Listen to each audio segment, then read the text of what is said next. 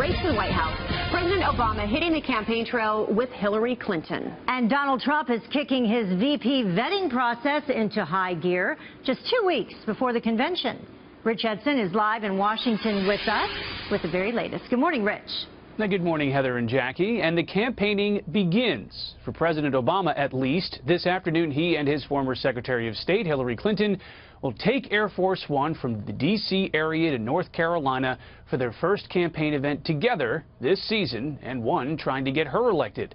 Her likely opponent, Donald Trump, is already criticizing the joint appearance, tweeting yesterday, "Why is President Obama allowed to use Air Force One on the campaign trail with crooked Hillary?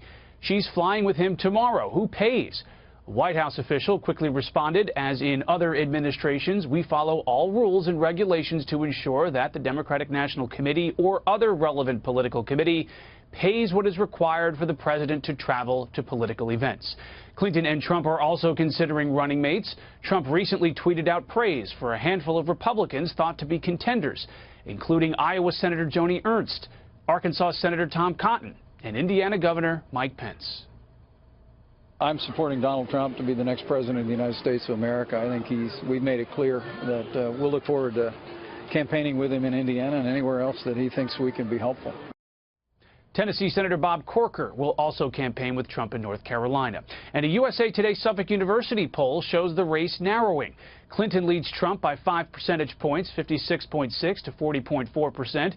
2 months ago, she led by 11 percentage points. This, a week after Clinton continued deflecting criticism from the investigation over her private email server. This weekend, the FBI interviewed her, and Trump explained a graphic he tweeted criticizing Clinton and appeared to include the outline of the Star of David. His opponents called it anti-Semitic. Trump denies he meant to refer in any way to Judaism. Back to you. Rich Edson, thank you so much this morning.